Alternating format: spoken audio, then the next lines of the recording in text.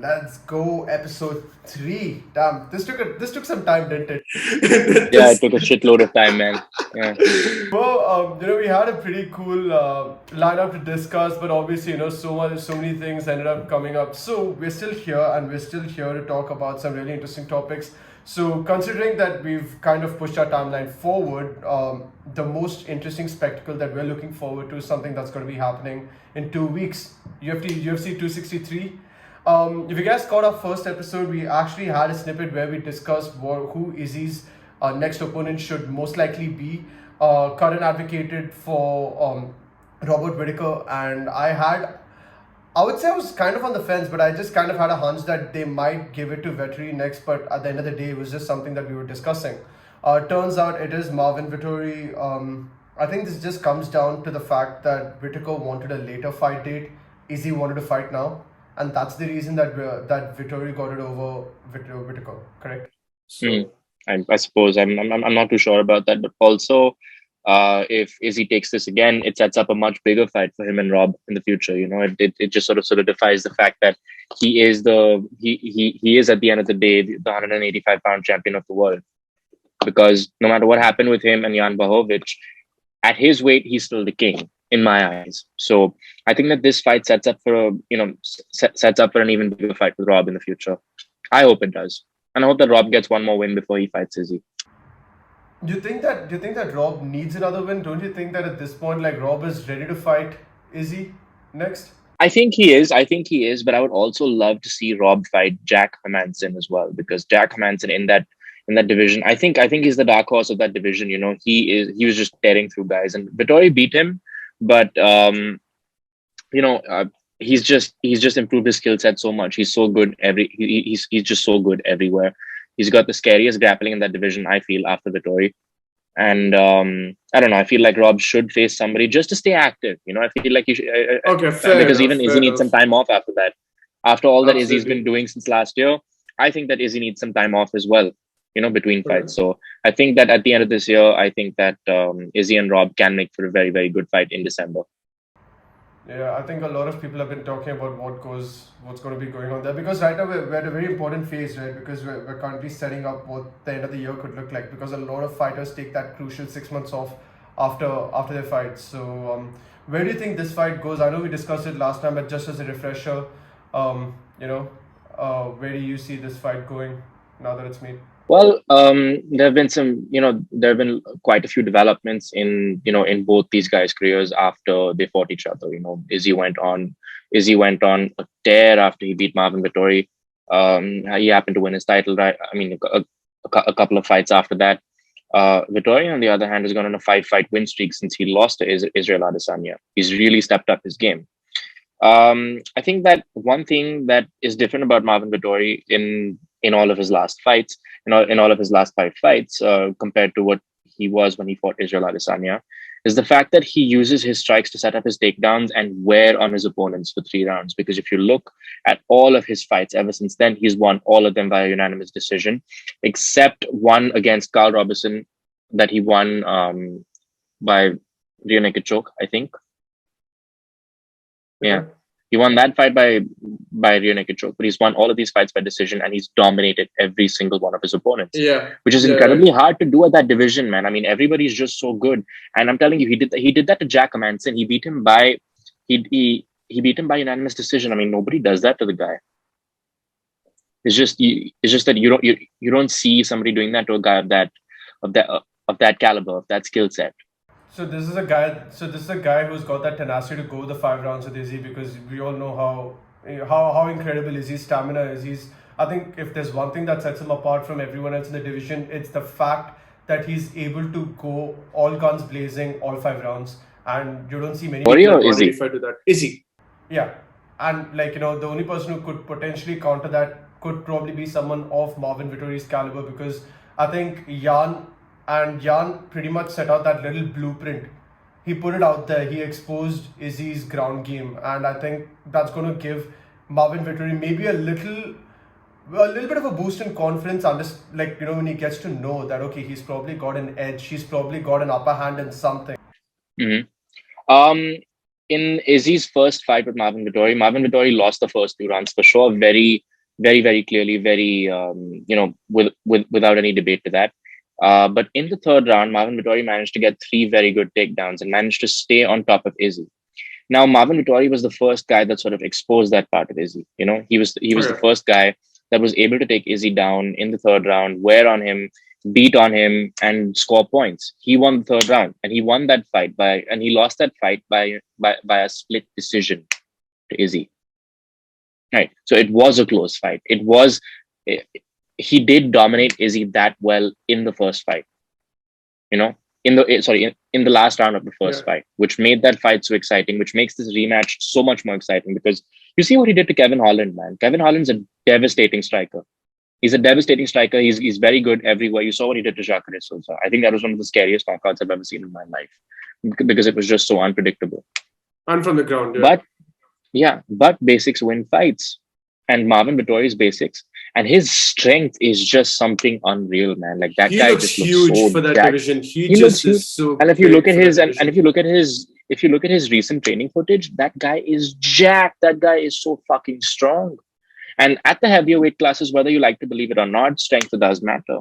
And you saw that against Izzy versus Jan Bohovic, right? You saw that Izzy was just outsized in that fight.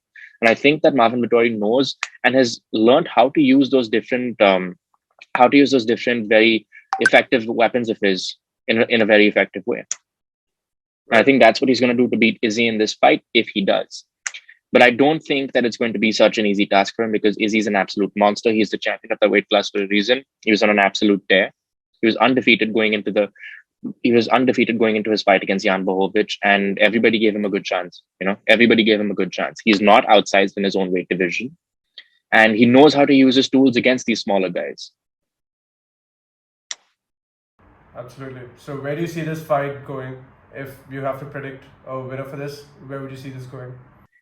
Oh, that's a very good question, man. I mean, it's been fucking with me all day because I knew that we were going to do this podcast, and I was really, really, really trying to rewatch the fight again and again and again and again. But like Max Holloway says, it's 0-0 every time, and you're only as good as your last one. Absolutely. You're only as good as your last one, and Marvin Vittori's had 5 good last ones. Izzy's had a fairly demoralizing last one, and I think that he's just got a lot of work to do. He's got a lot of basics to work on, and not just getting up from being in a bad position. It's also learning to avoid the takedown and sprawl and brawl. Like I know that he's very good at working up against the cage and avoiding the takedown when he's against the cage, but he's not very good at sprawling when he's in the middle of the octagon, and taking people down in the middle of the octagon is something Vettori is going to do. So I'm going to make a very bold statement and say that I give this fight to Vettori. I'm going to say that I give this fight to Vettori. Yeah, via unanimous decision. I think he's going to. I think he's going to take Izzy down and wear on him for 5 rounds. I would say that Izzy picks up from that previous fight. I think he makes adjustments. I think that's what makes him such an incredible champion. It's something we discussed earlier. It's his ability to make adjustments. I think what you say is extremely probable, and but I think just as a fan, I guess from this side, and to see the way Izzy's kind of worked on his game fight after fight. I would say that Izzy takes this by unanimous decision. So I guess stay tuned to find out. I think this every time Izzy fights, it's just so exciting. It doesn't matter what the fight is. It's just he is such a crowd puller. I can't wait for this one. But we've also got a very exciting co-main event: Figueiredo versus Brandon Moreno. I think that was one of those fights that a lot of people just didn't see coming. Nobody would have thought that this title fight that happened in the Apex would even pull a crowd.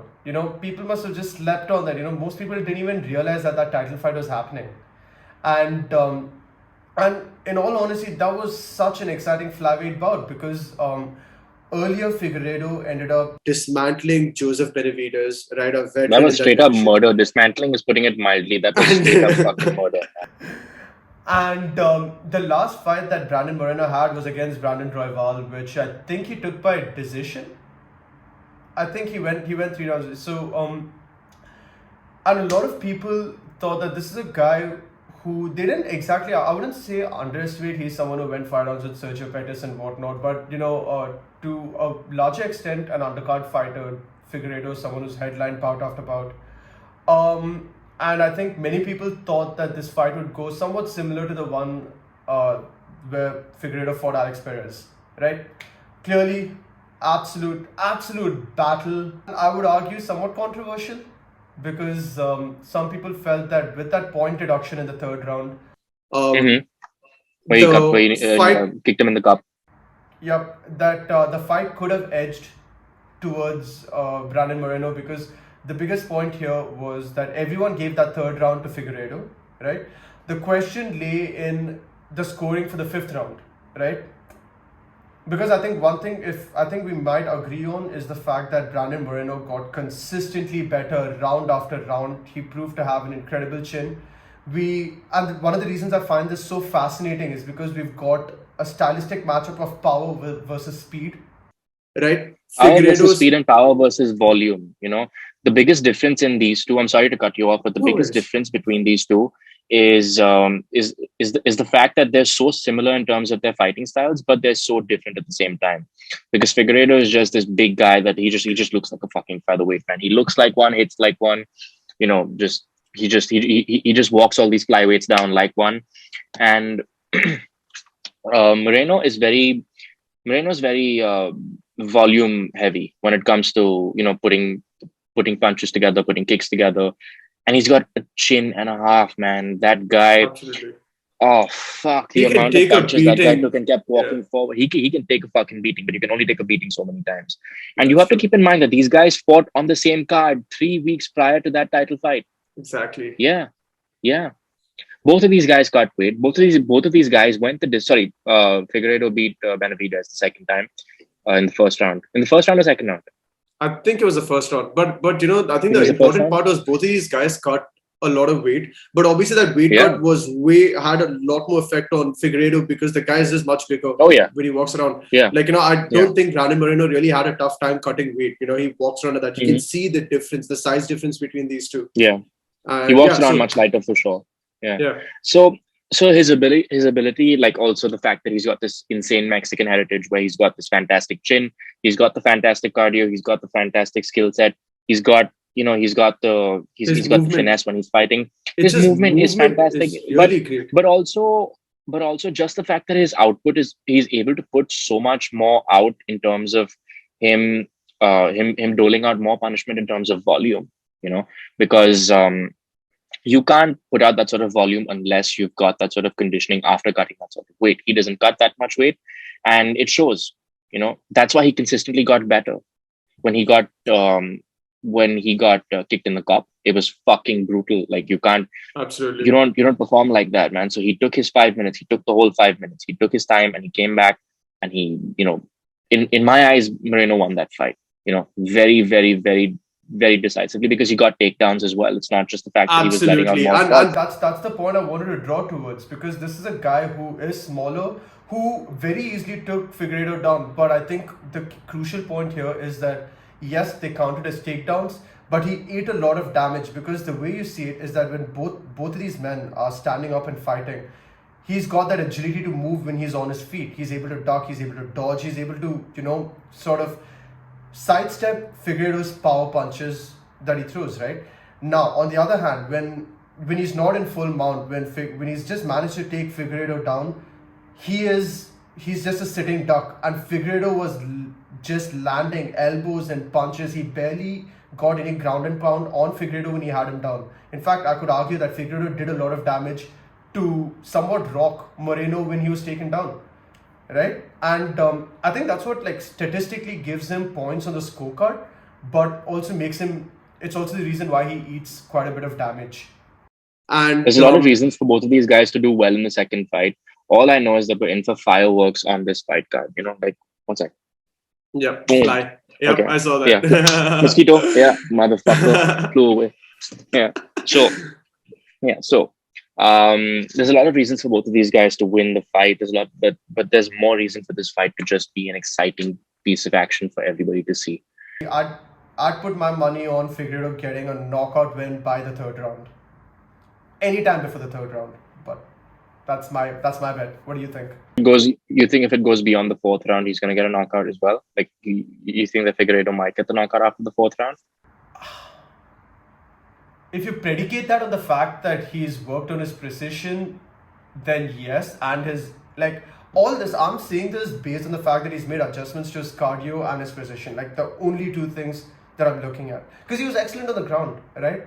And like I'm not. I think Moreno's excellent. I'm just taking the side of the champ here just because it's a bet. Because we can delve into what ifs and what people could do, but if we're strictly talking from a prediction standpoint, I'd I would predict this. Again, I could be proven extremely wrong because in the span of 6 months, Moreno as No, a not really, fighter. because I think that you make an excellent point when you say that he had two very massive weight cuts in the span of 3 weeks. Which is very true, and it was a very valid point, and it did not cross my mind at all in the prediction for this fight.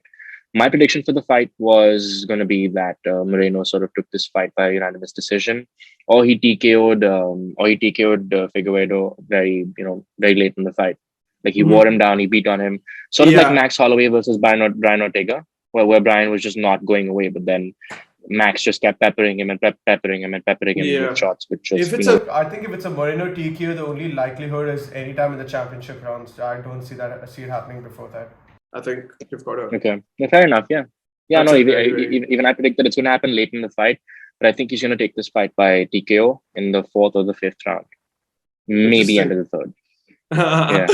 That's I've awesome, been man. going I with the can't. challengers. I've been going with the challengers for the last, for the co-main No, this is and excellent main because we event. finally Yeah. have something to watch for. Like, when you finally watch that Yeah. PPV, it's Mhm. going to be Nikhil versus Karan as well. Like, that's the headline card. That's the headline card. Yeah. 5 Yeah. predictions. So, we've also had this discussion, right? Where do we see Nate Diaz and Leon Edwards going? Like, it's. Nate Diaz and Leon Edwards. We finally get to see this fight. Hopefully, motherfucker. Hopefully, you don't Hopefully. know, man. You never Yeah. know with these Seriously, I guys. don't want to jinx it again. I don't want to jinx it again. These guys are the most.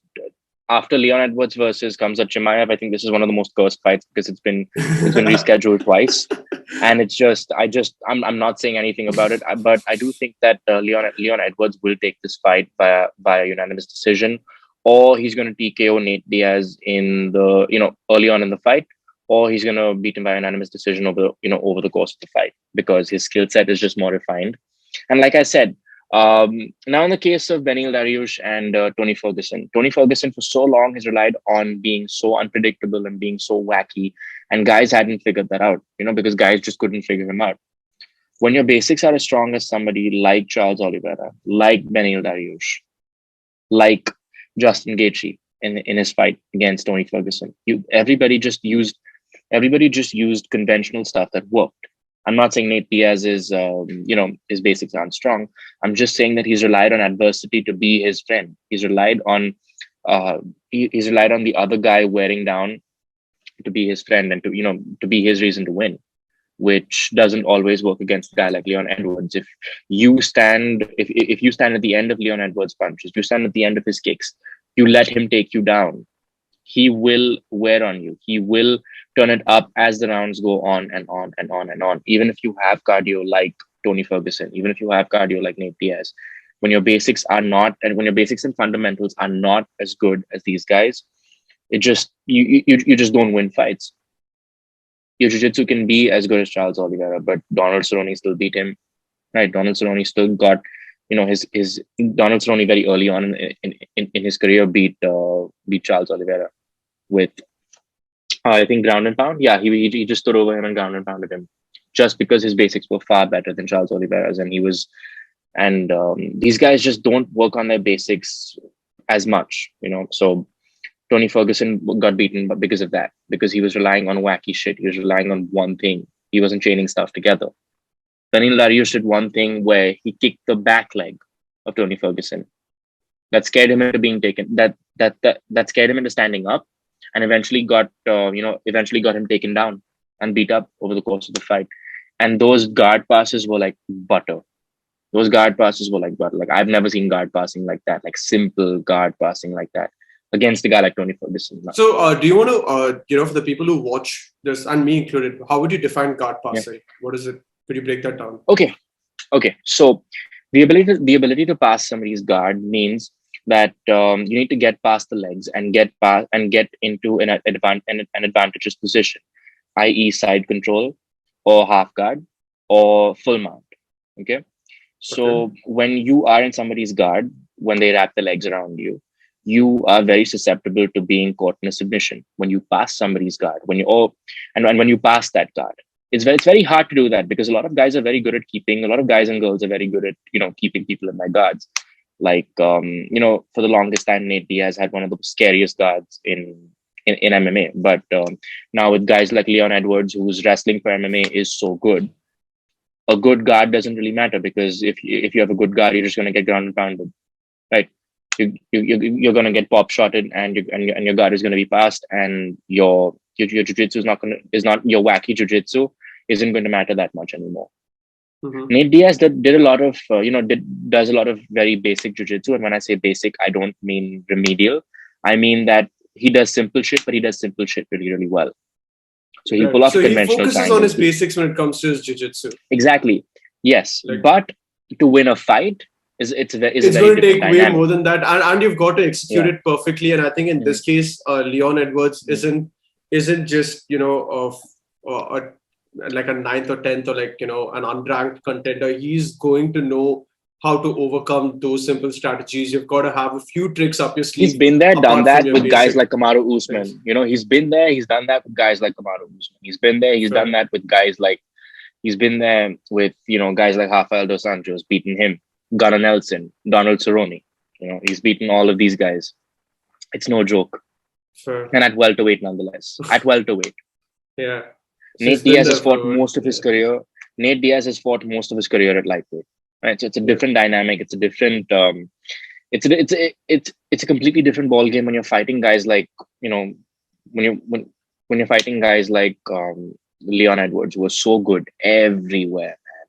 And he's a southpaw, and Nate Diaz is a southpaw. So it's going to make for a very, very, very interesting matchup. And I can't. And if anyone's ever wondering where our previous discussion on this actually went, you actually brought this up in our previous podcast. You have to check out I think it was our second episode or the first one. I think the first one.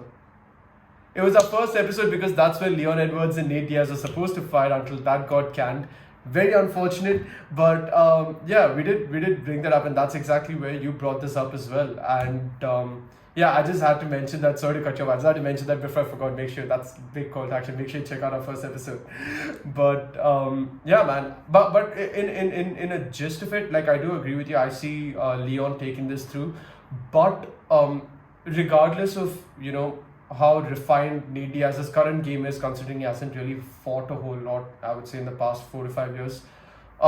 He's still got a hell of a strong chin. Like, unless you're going to choke him out or knock him out, I don't see that happening until past the third round. So, if anything, I would say Leon Edwards takes this in the fourth round. Is what my bet would be. When do you see Leon Edwards winning this? Either by unanimous decision or... I think he wins it by decision because Nate Diaz is not a very easy guy to put away. I mean, Leon Edwards is very, very good, but I don't think that it's going to be enough to take out Nate Diaz, because as much as Masvidal did to him, now Masvidal is a guy that can knock your lights out, and he almost did with Nate Diaz. Right. Nate Diaz, Masvidal is one of the scariest strikers in that division. He's one of the best boxers in that division. And despite that, he didn't put Nate Diaz away. I just don't see Leon Edwards just striking at par with Masvidal. So I don't think he's gonna, I don't think that he's gonna put him away unless he can ground and pound him. And even if he does ground and pound him, Nate Diaz is not a guy to go away via ground and pound. He'll find a way to hold on. I don't know. I think that all of these fights on this card make for very interesting matchups, and I think that UFC 263 is going to have fireworks, man. It's something that everybody has to look forward to. Everybody has different opinions. Clearly, you and I have different opinions about everything. I want to just look back at one of the most recent fights that we had, and that would be Garbrandt versus Rob Font. I genuinely felt that this is one of those places where my heart went out for Cody Garbrandt. Because for a lot of people contracted COVID. I think some people that were hit really hard by it, for example, were Hamzat, right, who was really sidelined to the point where he thought he had cancer, and Cody was one of those people that tested positive continuously for 2 months, right? It took a huge toll on him in terms of pneumonia. He couldn't train, he couldn't get back on. Like, he even, it put his entire career into a huge question mark if he'd even be able to bounce back from it. And I think Rob Font looked absolutely fantastic after his last fight. And, a lot of people just sidelined him after it. But, Yeah, he fought Marlon Moraes in his last fight, right? exactly. And Jesus Christ, talk about having hands, man. He trains with a guy like Calvin Kattar. Calvin Kattar is one of those guys who claimed to be one of the best boxers in the UFC until Max was just like, nope, motherfucker. You don't say that. You don't say that in my octagon. It's exactly. You don't say that in my division, and especially not in my octagon. No, sir. I'm sorry. But Rob Font, geez, man, that guy, in the words of Joe Rogan, has one of the best jabs in the UFC. I didn't believe it until I saw it, and I didn't have a look at Rob Font before this fight. Because I thought that Rob still had a few fights to go before he. Before the Marlon Moraes fight? Before the Cody Garbrandt fight. Oh, okay, cool. Yeah, so I mean, I'm very honestly, I didn't know who he was. I didn't know what he was good at until I saw him face Marlon Moraes, because I appreciate a good boxer in the UFC. Like I appreciate a guy that can put combinations together like that. This is that's the first time I saw him fight. That's the first time I saw him fight as well. It's the first time I've seen, besides Peter Yan, it's the first time I've seen a guy be a boxing specialist. Like, he looks like he's been throwing hands all his life. Like, he looks like he's been throwing boxing combinations all his life. They both train in the same gym in Rhode Island. Like, they both Rob Font and Calvin Kattar were supposed to fight each other when when they were both up and coming, but their coach and manager as well, he was like, he just said, no, you guys are too good to be fighting each other. You guys should be training together and getting each other better. And that's exactly what happened, because you see both of these guys making moves. Anyway, so the point being that Cody tried a lot of things to win that fight in the first couple of rounds. Like, he was throwing long combinations, but Rob just kept intercepting them. And every time Rob landed something, he was doing damage. Every time Rob landed something, he was putting 2s and 3s together. Every punch that he threw had 2 more punches coming behind them. So he was slowly dismantling Cody. And every time Cody tried to take him down, he succeeded a few times. But Rob was just too good for him. Rob was just too slick. His move. It was just his night. That's how I would describe it. It was just his night, and he set the tone for that fight. Like, he set the pace for that fight. He led the dance in that fight, and it was just I don't know. It was just really, really heartbreaking to see what Cody had to go through. But the fact that Rob was able to do that at such a big stage against the former champion of the world, so he didn't let that pressure get to him. So props to Rob for doing that. Do you think Rob Font deserves to fight after this spectacle? I would actually make the point that he probably deserves to fight the loser of Sandhagen Dillashaw. I think that would make a pretty good fight, don't you think? Both of them are coming back, and I think it's also TJ's time to prove that he can kind of get around without those PEDs, because his past couple of wins, at least against Garbrandt especially, was when he got accused. And in fact, that in itself, I think the loser of that fight could also fight Cody. I think I'd want to see TJ Garbrandt 3, and see where that goes, because both these men have had a downfall or a downturn since the last time they met, right? Because Cody went through a very tough COVID phase, and he went through 2 years of inactivity. And either which way, I think Rob Font does deserve someone in the top 5. In the top 5, yeah. Yeah, I think he's definitely earned his position and his way up over there. I think Jose Aldo is fighting someone, isn't he? Jose Aldo is fighting someone. Who's Jose Aldo fighting? Yeah, even I heard about this. Jose Aldo is where the fuck are you, son? I was just so glad that he won his last fight, man. Yeah, I know, right? Cheeto. I was actually really glad that he lost to Peter Yan, because Peter Yan is one of my favorite fighters, and I fucking he did lose. he was murdered, bro. Yeah, it was That pretty was bad. that fight should have stopped a round ago. Like, I No, don't that understand. Like, fight should have been stopped a little earlier in that round okay, because yeah, I know. I was just yeah, exaggerating, but like, because Peter just had Jose Aldo in this in the fetal position, just like dude, there was an just end it. there was an And he's Aldo too much of a man shaped to tap. there Yeah, was an he's Aldo too much of a shaped man to tap. blood Yeah, stamp on the mat of their octagon. Like, if like yeah, you it could have was. you could have put you could have put his house deep document there, slammed his face there, and gone like, "Yep, that's authorized to sell, bro." Like, Oh, hey, oh yeah, yeah. Mhm. Jose is fighting Pedro Munoz, so like that's Pedro Munoz. Oh, that's a fantastic fight. Fuck. but that's also Yeah, podcast for July, because that's we have yeah, yeah. they just scheduled a fuck ton of July fights already for is August. stacked. July is So absolutely fucking stacked, and I cannot yeah, wait to I watch the love my fights in birthday July. month. I love my Yeah, birthday month. yeah. It's always When's your fun shit birthday? happening. July 11th. When's your So birthday? July July 11th. 11th. Oh, okay. So Yeah. 249 happened on my birthday as well. Hmm. The one where Oh, Usman yeah. Masvidal won, Yeah, yeah, and yeah. Hmm. Jan Aldo. Oh man, it was fucking lovely. Hmm. Well, we've just talked about like UFC 263. Let us know your predictions and who you think is gonna win, and if you agree/disagree or have anything to say based on what we've just discussed, leave them down in the comments below. I don't know if anyone's gonna get to this length in the podcast, but please do. Like, please watch me. I feel like there's going to be one day where we do a 30-minute podcast, and that was the first episode. That was That was our first episode. And thank you so much for joining us, like, in the ride so far. We're going to try and be a little more consistent. I think we're looking at once at least every 2 weeks, so that we've got enough videos to put for those 2 weeks. And yeah, let us know what your predictions are for UFC 263. We'll catch you on the flip side for UFC 264 and the fight nights after. And hopefully this time we make it to our post-fight analysis. So looking forward to that. Yeah. Awesome. Thank you so much for joining us, guys. We'll see you on the next one.